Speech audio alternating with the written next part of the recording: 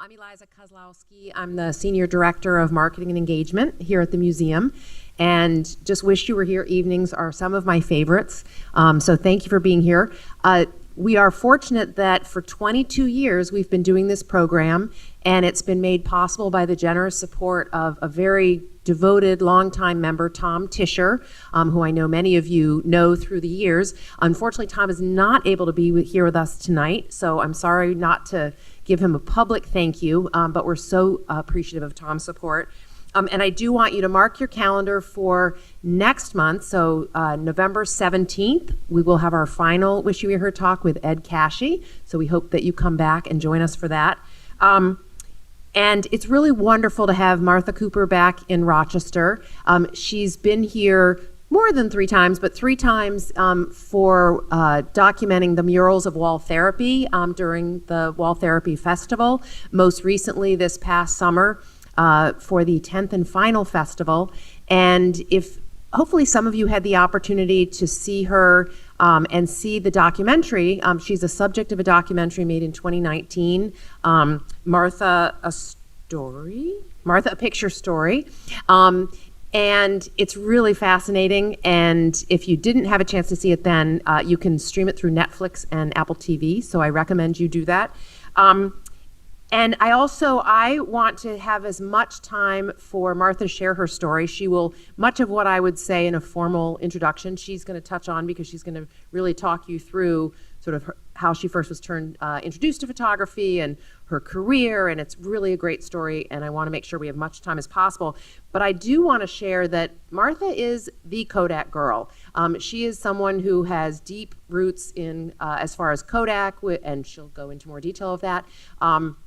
Has a book called The Kodak Girl. For 40 years, she's been collecting material, some of which she's brought with her to Rochester, and we have a display case that you'll be able to check out after her talk with some of the objects she's brought. But I do highly recommend you go to kodakgirl.com to learn more about her collection, some of the photos, the figurines. It's really a treat to watch. A treat to look at. Her work has been published extensively, and we're fortunate that tonight we have Spray Nation, which is her most recent book. So we have this for sale in the shop, and we will have a book signing afterwards, and also a chance, if we don't get to Q&A or many questions, this will be an opportunity too for you to chat one-on-one with Martha. But please join me in welcoming Martha Cooper.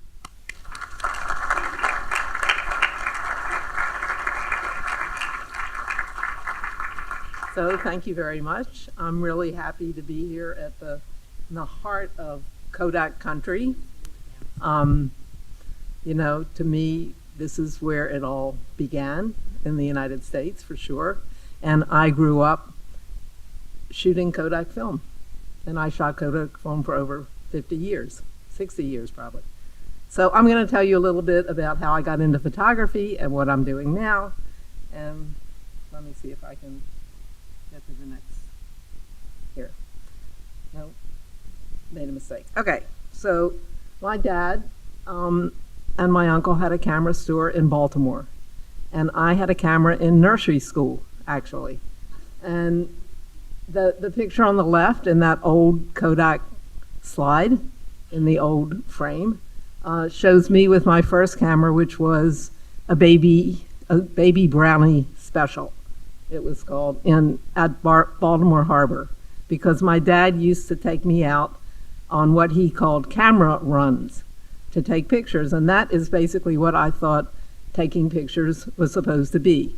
It wasn't necessarily to create art, it was just to go around looking for something interesting and snap a picture of it.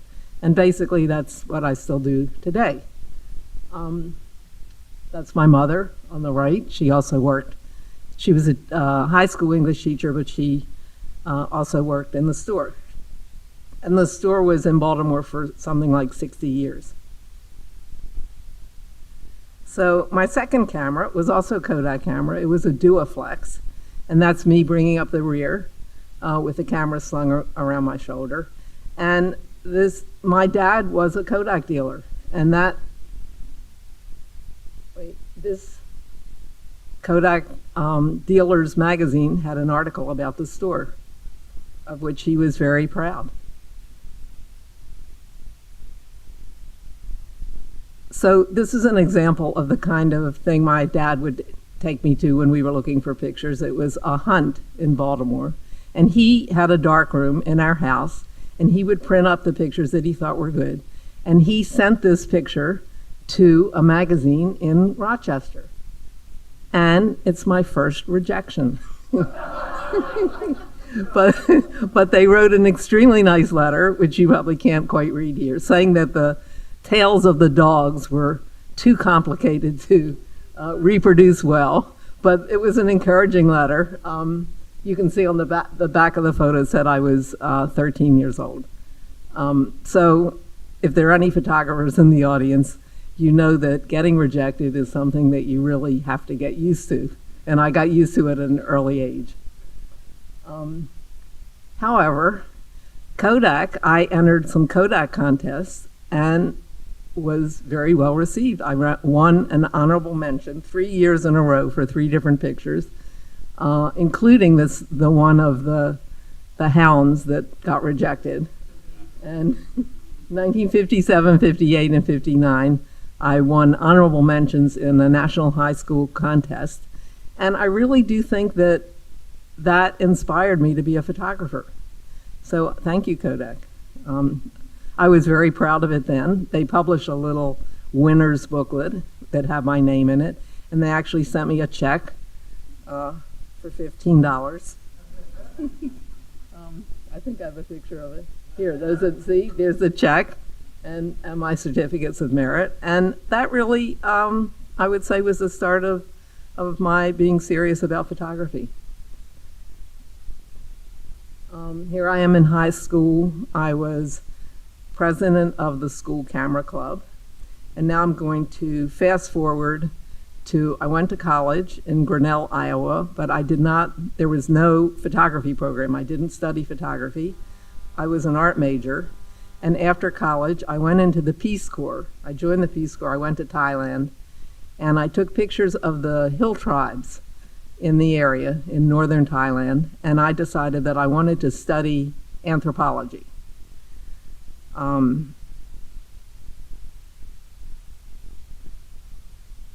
But first I bought a motorcycle, and I drove it from Thailand to England. And I went to Oxford, and I spent a year at Oxford doing a graduate program in anthropology. And then I applied to National Geographic to be an intern. I had read about this in some newspaper, and I was accepted.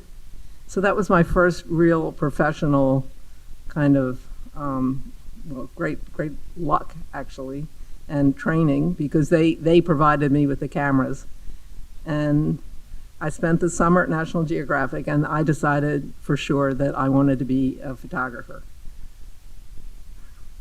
And this is one of the pictures that I took that summer. And what's interesting to me about this photograph now is that it is maybe my first graffiti photo. And graffiti has become a lifelong interest. So looking back on that summer and seeing that I took this picture, it was interesting to me that I noticed the graffiti on the walls. It was also the summer when Martin Luther King was assassinated. So a lot was going on in Washington that summer. So after that summer, I decided that I wanted to be a National Geographic photographer, and I proposed a story about a tribe in the Philippines because I knew the anthropologist who had worked with this tribe.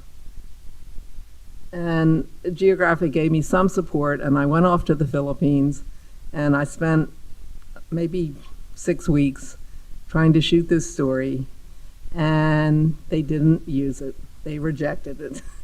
And that was, at the time, really devastating, because I thought that this was going to be the start of my great career with National Geographic. So, plan B, I got married. And I married an anthropologist. And he was doing his field work in Japan. So we traveled to Japan, and we lived in Japan for 2 years. The first year we spent in Tokyo, and I was especially interested in the arts and crafts of Japan. such as, and paper making. I did a big project on paper making, and these umbrellas were made with handmade paper. And I also photographed, what was called a pusher, had nothing to do with being a drug dealer.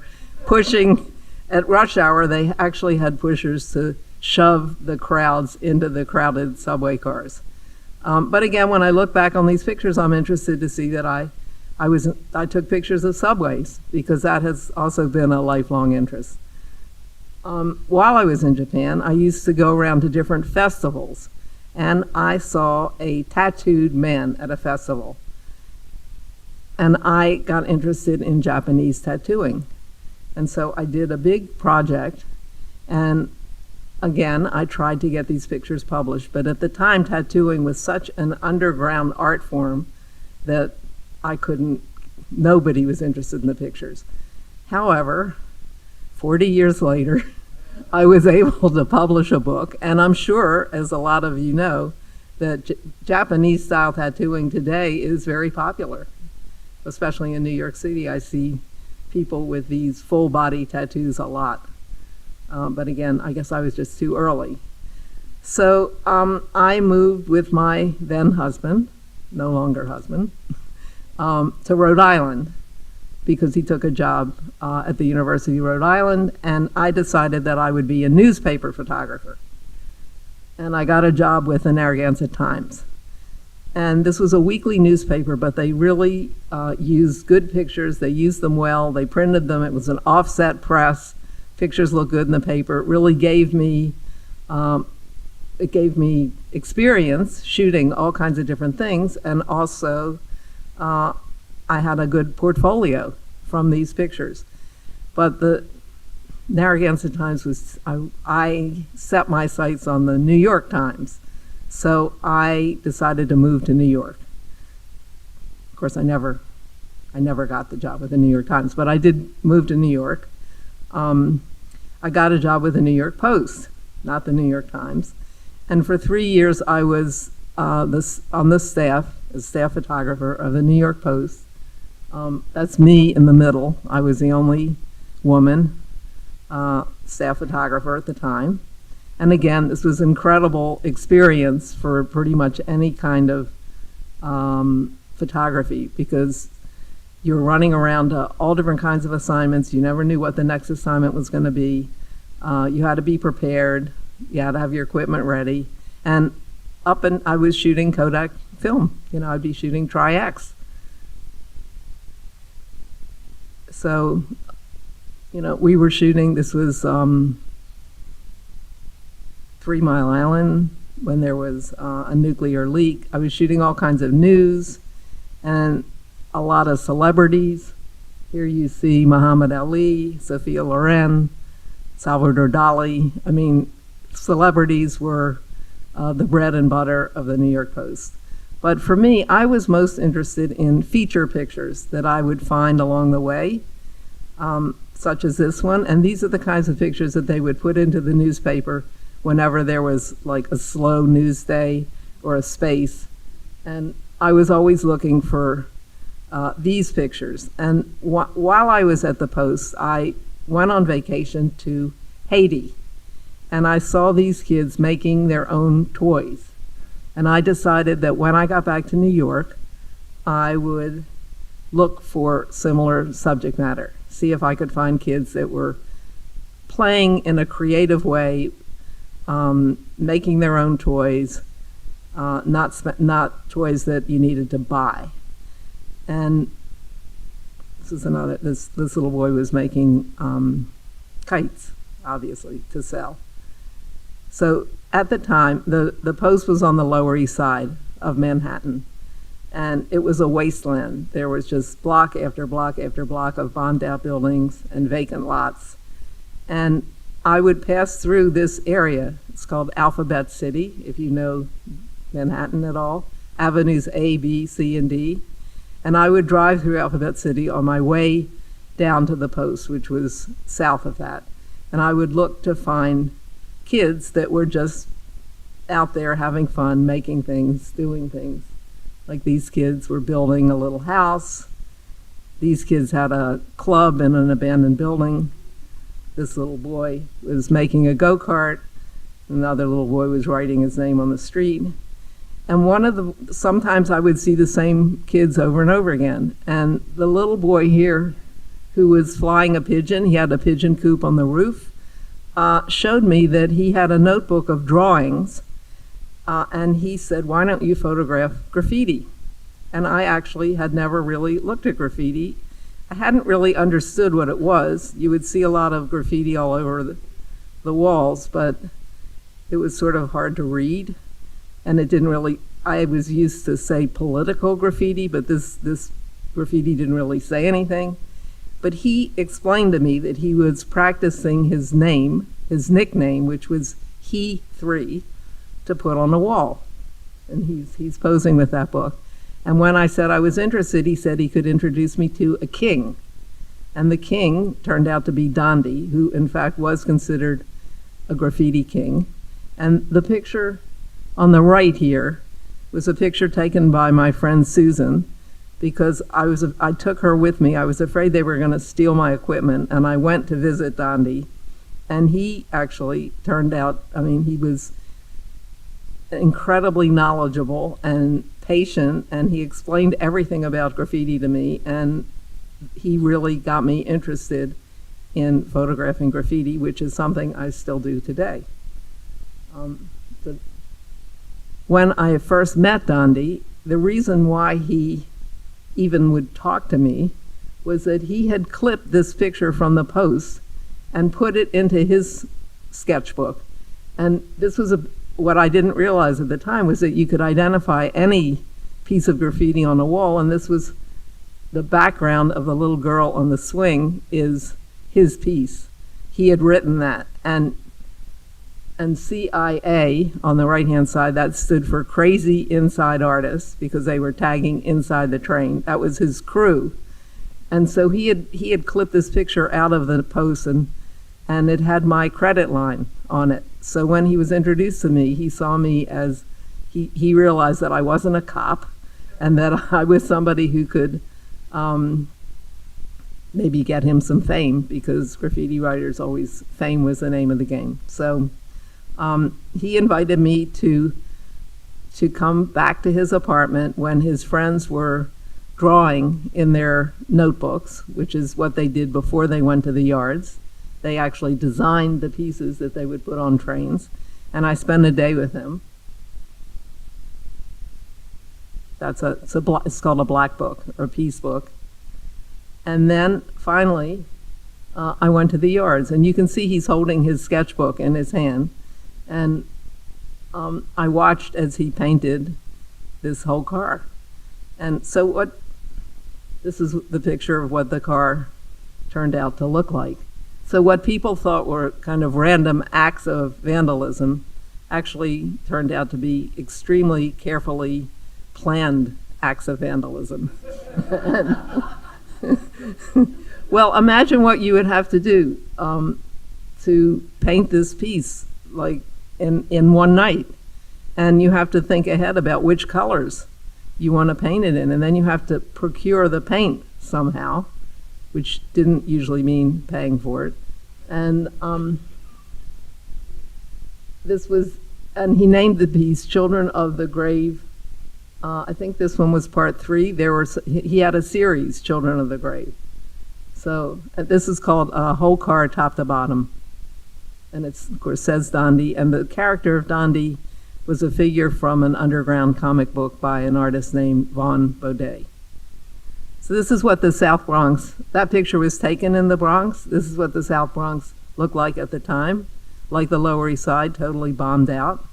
And I began spending hour after hour after hour going up to the Bronx and trying to catch these amazing trains as they ran above ground so that I could see them. As they got into Manhattan, they would be running underground.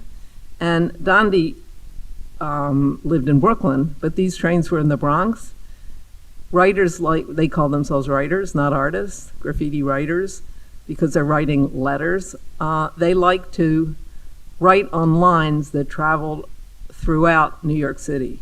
So a train that was painted in Brooklyn could go across through Manhattan and into the Bronx, so that while the Bronx writers might not know the Brooklyn writers, they knew the work of the Brooklyn writers, and they knew the reputation of the Brooklyn writers. And it was a very exciting time to be taking these pictures, because people really didn't understand what was going on with graffiti. They hated it, they criticized it, but they really weren't really looking at it. These two cars say Duster and Lizzie in two different styles, straight letters and wild style. And Duster and Lizzie were a couple, a girl and a boy, and they purposely wrote, these two cars had consecutive numbers on them, and so that meant they would not be separated. So they chose the two cars to put these two pieces on, and purposely wrote them in two completely different styles. And they both say Duster and Lizzie, straight letters, and the one on the right says that's an example of what's called wild style, if you don't know anything about graffiti. This is a train by a very well-known writer today named Futura, and he called this his break piece because he was breaking away from the tradition of writing letters on a train. So it's an abstract piece that he put on a train. So while I was working for the Post, I was still working for the Post, I was sent to the northernmost part of Manhattan to photograph what was supposed to be a riot here. And I wasn't really allowed to take pictures because the kids were all underage, but they had arrested a whole batch of little boys, and the cops told me that they had been dancing, and then they had been fighting about who had won. And this is what they had confiscated from them. But I saw that they had confiscated markers and spray cans, so that instantly made me interested in what they were doing. And when the cops let them go, I asked them to show me what they'd been doing, and they showed me this dance. And I mean, the cops had said to me they can spin on their heads, and that just really intrigued me. So I began to follow them, and of course it turned out to be breaking or breakdancing. And I was able to do this. I contacted a dance writer with the Village Voice, and I did this piece. And these, to my knowledge, as of today, these are the first pictures anybody has ever taken of breaking. This is still a huge phenomenon worldwide. There's going to be a big, it's called the BC Red Bull BC1 is in Manhattan in November, this November. This year is considered the 50th anniversary of hip hop, and breaking is a big part of that. And this article basically introduced the dance to the world.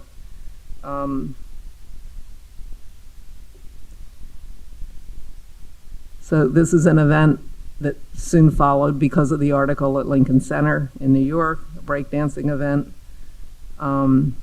This is an early movie that I shot the stills for called Wild Style, which included the same kids that I had photographed.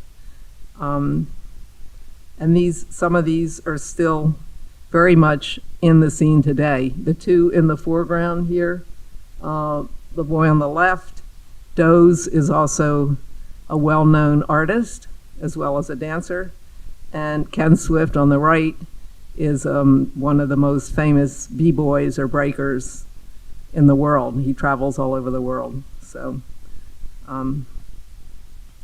meanwhile, I was still trying to work for National Geographic. I thought it was my dream to work for National Geographic, and I really was trying very hard. And I finally was assigned this story, and the story was pollen, which wasn't really what I was interested in, but I tried my best, and it was a cover story, my only cover I ever got for Geographic. And this was I did a lot of archaeology stories for National Geographic, but I think my heart wasn't really in those. And I have to say today, the only time I ever used these pictures that I took for National Geographic or when I'm showing them at a presentation like this. Whereas the other pictures, the pictures of graffiti and the pictures of the breakdancers, I'm using them all the time. They've been published all over the place. I use them in exhibits. I don't put any of the National Geographic pictures in any exhibits, for example. I don't think I've ever printed them. They gave me back all the ones they didn't use. I have boxes of them, all Kodachrome slides, by the way. So, I mean, if you're to photographers out there, I'd say, you know, it's a lesson, which is basically to follow your interests, because, you know, that's what lasts in the end. This is, you know, a huge event that I went to in Germany, the Battle of the Year, and then at that event, I began to see girls breaking, and I hadn't really seen any before, so I decided to do a book about the girls, and I traveled around doing that. That became Weeby Girls. The book is credited with uniting the B-girl scene, and now there are B-girl battles as well as B-boy battles in all the major breakdancing events. So that was successful. The book was not successful, but the book was remaindered and is out of print, but the girls are still breaking. So I was from Baltimore, as we mentioned, and I decided I wanted to get back to doing some street photography, and I decided to do it in Baltimore. And I went around and I looked at different neighborhoods, and I wound up choosing a 10-block radius in a neighborhood in southwest Baltimore. It's a neighborhood, I don't know if you've seen The Wire, but it's the neighborhood that The Wire is based on. So it was a neighborhood that was full of drugs and murders and crime, but also a lot of interesting historic buildings and a lot of street action, which is what I was looking for. And I spent 10 years going back and forth from New York to Baltimore, taking these pictures, trying to meet the residents of the neighborhood. Of course, photographing, if I saw any graffiti or rapping or breaking, I would photograph that. These are all pictures in Baltimore, in Sowebo. And while I was there, here, let's see. These are all Baltimore. Yeah, I mean, whoever sees kids eating crabs on the street. But crabs are really a specialty of Baltimore, but I think it's unusual to find kids that would even want to eat a crab, you know. These are called A-robbers. They travel around with a horse and cart. So I was looking for things that were traditionally Baltimore. Halloween.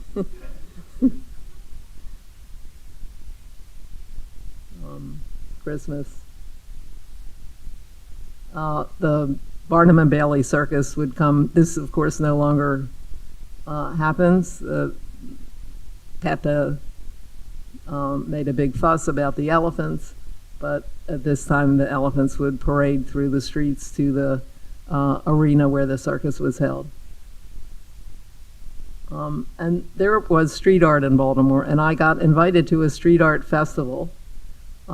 This is a wheat paste by Gaia, that's my photograph up on the upper left, and he did a piece of art from my photo, as is this.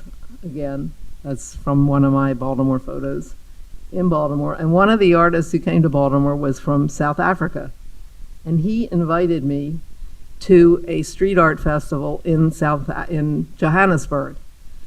And I went to Johannesburg, and he, as part of the festival, he took us all to Soweto. And Sowebo had been named after Soweto. And so after going to Soweto, I decided that I wanted to do a comparative documentary project with Sowebo, Southwest Baltimore, and Soweto, Southwest Township. And you can see the guy on the top, that was in Soweto. The kids on the bottom, their t-shirt reads Sowebo. Mandela on the top there, and the Martin Luther King and the Martin Luther King parade. So I was looking for comparisons. And you have to kind of read. I didn't always organize them in the same manner, so you have to look twice to see which are Sewebo and which are Soweto, purposely. But this was, I think I went to South Africa 4 times to do this project. I got an artist residency in Soweto, and they were very helpful in getting me, around the city and introducing me to people and explaining what I was doing. So you can see a lot of similarities. And this is another project that I haven't had much luck publishing, but hopefully I'll be able to get it out there. I did publish a little zine myself. That's what this is from. And Sewebo, Soweto.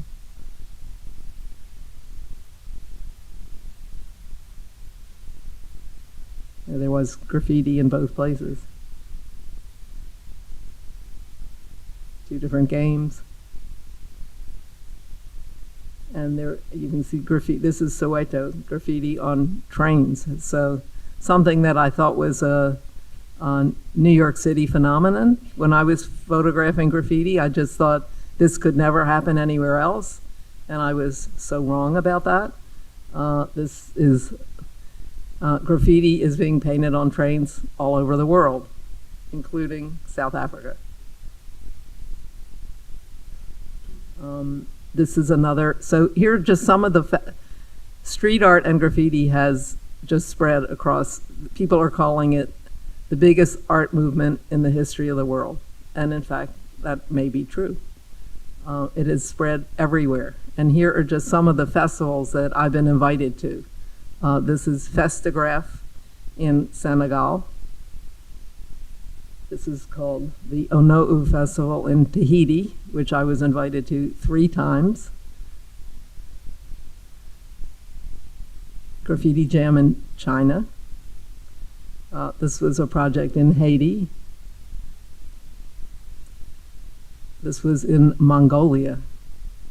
So, I mean, I thought that I wanted to be a National Geographic photographer and travel the world.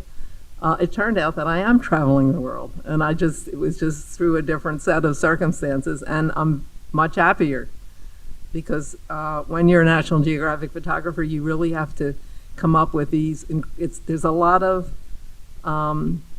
pressure to come up with extraordinary photographs. At least that's what I found.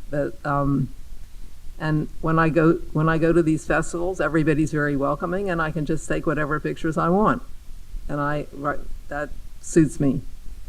This festival I went to this year in the Democratic Republic of Congo. It's called Kingraph, for Kinshasa Graffiti. And just last week, so not only am I traveling the world, I'm also traveling around the United States. Just last week, I went to a festival in Kansas where I saw this, what I consider amazing and absolutely beautiful piece on a former flour mill. So it doesn't, these street art pieces do not just have to be on walls. They can be on anything, really. And this has become, this is Salina, Kansas. I'd never been to Kansas before. It's become a centerpiece of the town. It's a tourist attraction in Salina, so and well deserved. It's absolutely beautiful. I mean, it goes right around the whole building. It's amazing. So now a lot of my pictures I see as I'm traveling around, people have used them in their artwork, and that's kind of fun. Like, that's one of my Japanese pictures, reinterpreted by Lady Aiko, a Japanese who lives in Brooklyn. NASA is from Argentina. He sent me that record. This is Shepard Fairey, who did the Obama portrait. He shepherdized that picture of the boys from my street play project. And he put a great big paste up on a wall in New York. This is, you can see the wild style. I just came across the flyer in Berlin where they used my picture, but they pasted different faces on it. Obviously without my permission. But you have to laugh. I mean, it is funny. And then just this year, I went to Sao Paulo, Brazil, and I had an exhibit with Wagner Wags, who had contacted me. He had been painting jackets from my photographs, and I'm actually wearing a jacket here that he painted, that he sent me. And the jackets are actually made. They're not like commercially made. They're made by a friend of his. They're the vests, and they're really beautiful. So, let's see. And here we have an example of wall therapy in Rochester in 2012. Yeah. Hal and Nazem, these are twins, and that was the first year that I came to wall therapy.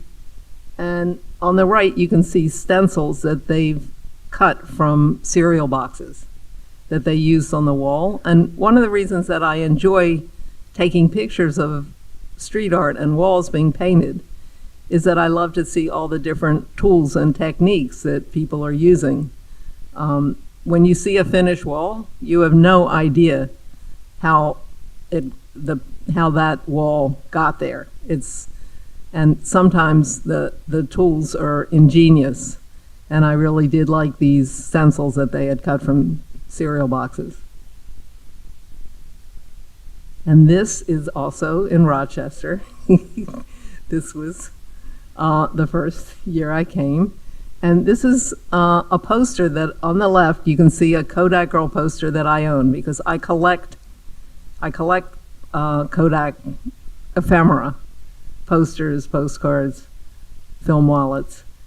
And Case McLean, a German artist who was one of the artists in wall therapy that year, reinterpreted it, and he turned the film into a coffin because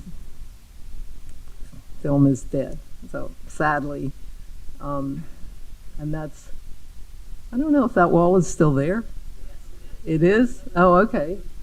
You can see, and of course he carefully chose a wall. The classic Kodak building is in the background. He did do a beautiful job.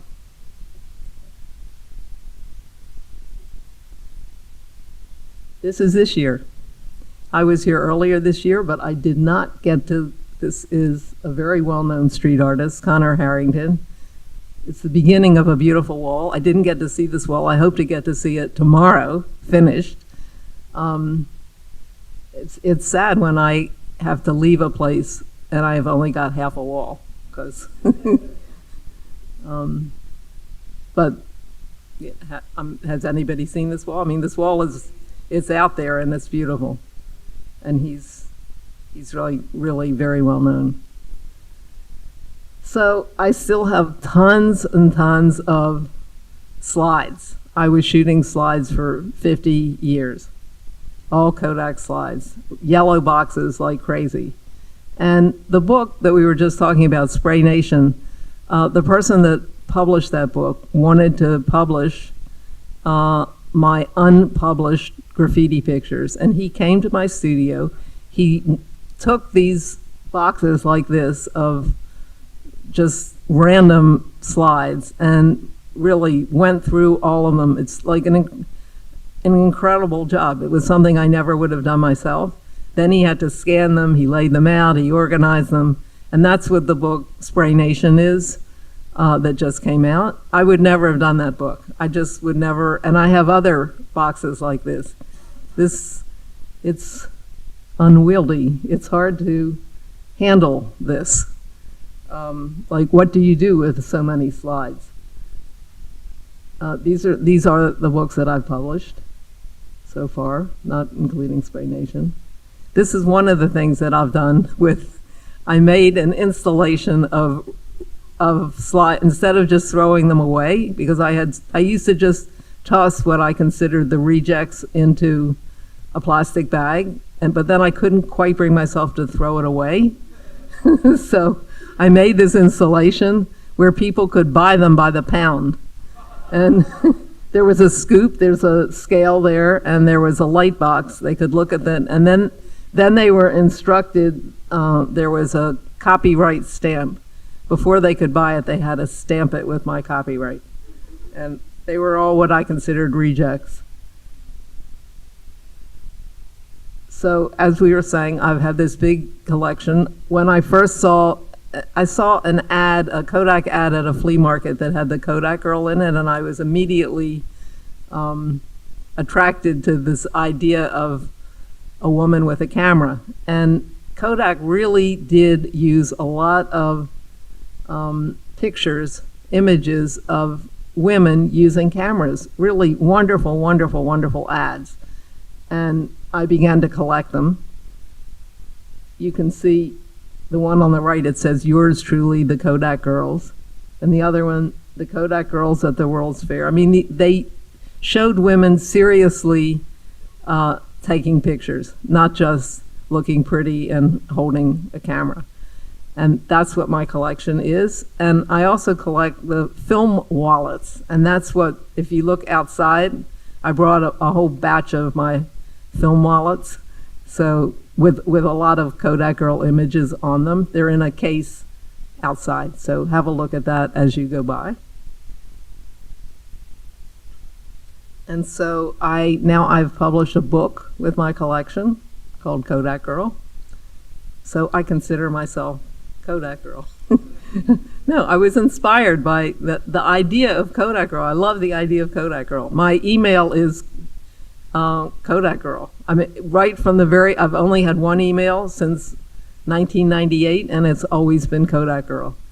And I also have a website, kodakgirl.com, and Kodak gave me permission to use the Kodak name, just in case you're wondering. I have written permission. Of course, they gave me permission for 10 years, and it's now been 20 years, but I don't think they're going to remember that. So that's the costume that I've been wearing to the Halloween parade for the last 10 years. I kind of change it up a little bit every year. I go dressed as a roll of Verichrome pan. So, and that's me here. That's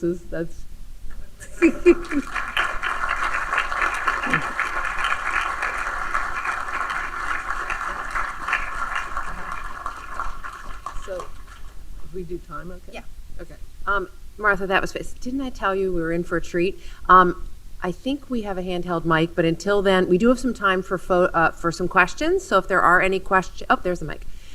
We do want to capture the questions on the mic because we are recording, and so it's helpful to have all of that. So if you have any questions, you want to raise your hand? Thank you very much. My sister and I went to Bushwick recently, Okay. and that was wonderful. Have you been there at all? Yes, they have the Bushwick Collective. That's one of the it's very hard to find a wall in New York City to paint for a street artist, but there's somebody that started the Bushwick Collective, and yes, it's full of street art. It's wonderful. If you go to, I would definitely recommend going there if you're interested in street art, if you go to Brooklyn, not Manhattan. My understanding is it was very intentional on Kodak's part to have young women photographing.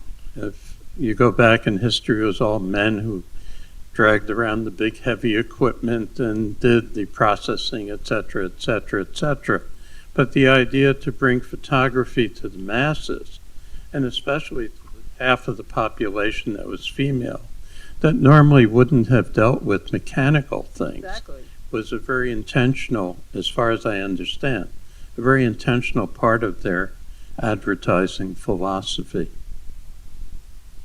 Well, I mean, it is unusual for the time, and not only did they show women carrying these heavy cameras, but they also showed them developing the film. I have lots of ads where they're in the, you know, they're hand developing film, and they're making the albums, like pasting the photos in albums. So I think they saw women as the ones that were really wanted to preserve family history. And I think that was, if George Eastman thought that up, that was very smart of him. This was one of the best presentations, Martha. I'm sorry Tom isn't here to see it. It is really terrific thank you. and informative and easy to understand. And my question is, lots of graffiti, I think, is intentionally not easy to quickly grasp, despite the fact that it might not be on a moving train. What's your experience, or what have you learned from the artists, from knowing them, about their intentionality and maybe disguising their work, or some of their attempts to almost make it mystery? Yeah, I mean, wild style writing. Remember, graffiti writing, when we're talking about, there's a movement now to stop calling it graffiti and to call it style writing. And style writing really is an appropriate term for what it is. And they're trying to, it's a bit of a competition, trying to outdo each other with styles. But the styles, I won't say obliterate the work, but make it extremely hard for outsiders to read. And even though I've been trying to read it for, you know, how many years, 40 years or something, I still can't read a lot of the wild style. So yes, in a way it's intentional, but graffiti writers who are in the know can read it and instantly recognize the style. The idea is that you have your own style, and it's a recognizable style, and you put that up as many times as you can. And so it's, you know, for people who are around, they can look at a piece and recognize it. So I often have to I take pictures, and then I have to get somebody else to read it for me. Just curious, have you ever tried your hand at writing yourself?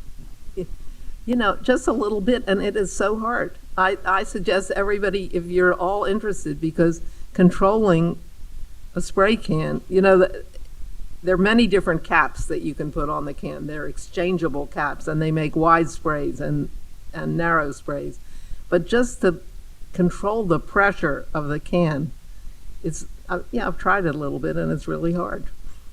So, I mean, it takes a lot of skill to pull off a really good piece. And I think people don't understand that. But if you even try just once to write your name, you get it more.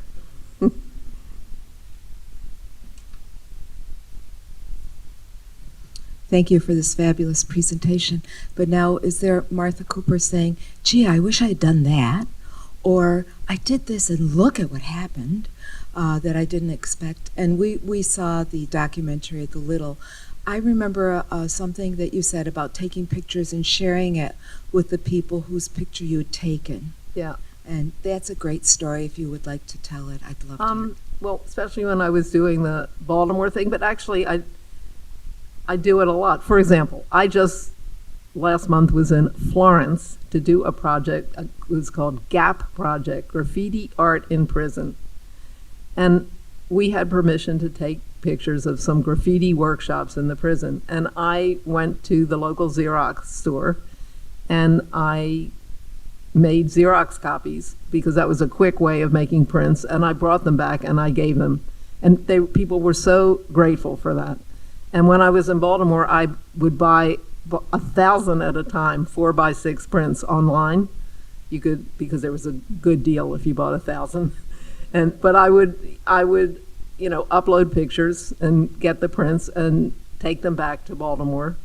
And I've been inside people's houses where they framed those little prints. And, you know, in this day and age of digital photography, I think we forget how much a simple print can be appreciated. I mean, not everybody has a computer to look at digital. You know, you can't just send the shot that you take with your phone to their phone. Even if they have a phone, I mean, are they really going to download that? And they don't have a computer to download it. Anyway, I like prints. I'm old school, and I like prints. Thank you. Just a fascinating discussion. Appreciate it. I have two questions that are kind of similar. When you travel the world and you see someone else is taking advantage of your work and they've created something else, do you introduce yourself, say, that's mine? And the second question is, in your street photography, do you ask those people permission to take their image? Good questions. When I'm traveling the world and I see pieces, sometimes they come up to me and they do know who I am. And other times, no. I might happen to see, like some of the pictures that I showed, I actually have never met the person that did them. But I'm flattered that they did it. I don't mind that at all, that they did that. I might mind it if I saw it, that Adidas had made a T-shirt from one of those pictures. But I certainly don't mind seeing somebody painting on a wall from one of my pictures. Asking for permission, I don't always ask for permission. That really is a gray area, because when it comes to publishing them, you're always, I am worried sometimes about, will somebody sue me for this? Because even if you're editorially, you're allowed to publish pictures that you take on the street, but if somebody decided that they didn't like what you published, and they got it costs a lot of money to get a lawyer to fight the case, even if you're correct. But sometimes I ask, but sometimes you kind of ruin the picture if you ask. Sometimes I take the picture first and ask later. So, depends. I definitely do not carry model releases around with me and ask them to sign a release. I would never do that. Well, thanks for a really informative. I really enjoyed it, and I appreciate that you talked into the mic. I was wondering, I saw one thing, you talked about Salina, Kansas, using something that wasn't a flat wall or whatever. Are you seeing other things like that that people are working with? Yeah, and that artist has done more than one of those kinds of things. But yeah, I've seen street art on containers, for example. Yeah, and it doesn't have to be painting either. I mean, there are street artists working with yarn, for example. There's street artists working with tiles. There's street artists doing metal installations now, and sometimes big ones and illegally too.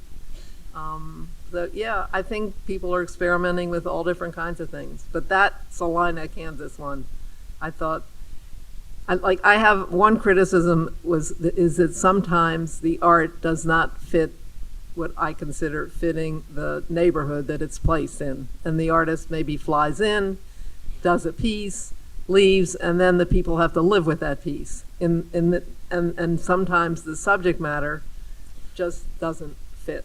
And it's not always the artist's fault, because maybe they had to think ahead and they prepared a piece, and maybe they didn't understand what the neighborhood was like.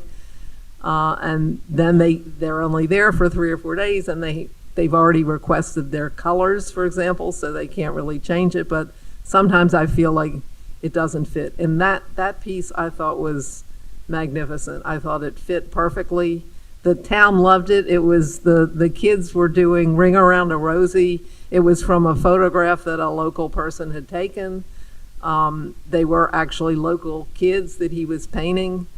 And it was subtle. It didn't like scream out at you. And I thought it just was magnificent. It was, to me, that was like the best example of what street art could be. It fit perfectly. So, but yeah, there's all kinds of stuff happening. It's that people paint on the ground, actually. I don't know if this is the right question to ask to end all this, but what is your thought about people creating art over other people's art?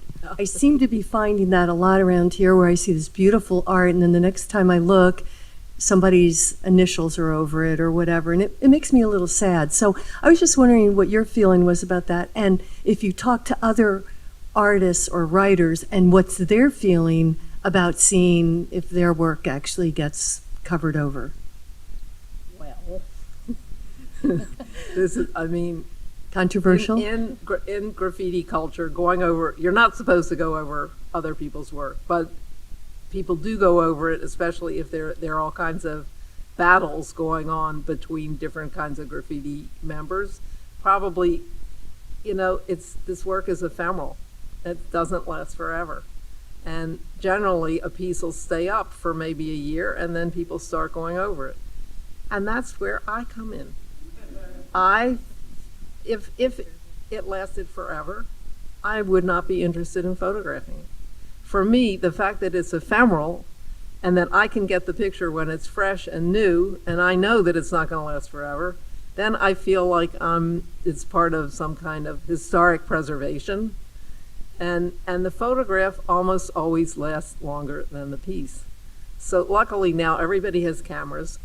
So it's sad when a nice piece gets gone over, but presumably the artist had a photograph of it. Maybe one that I took.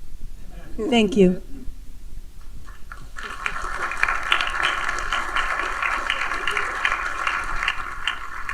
And I think that was a perfect one to end on.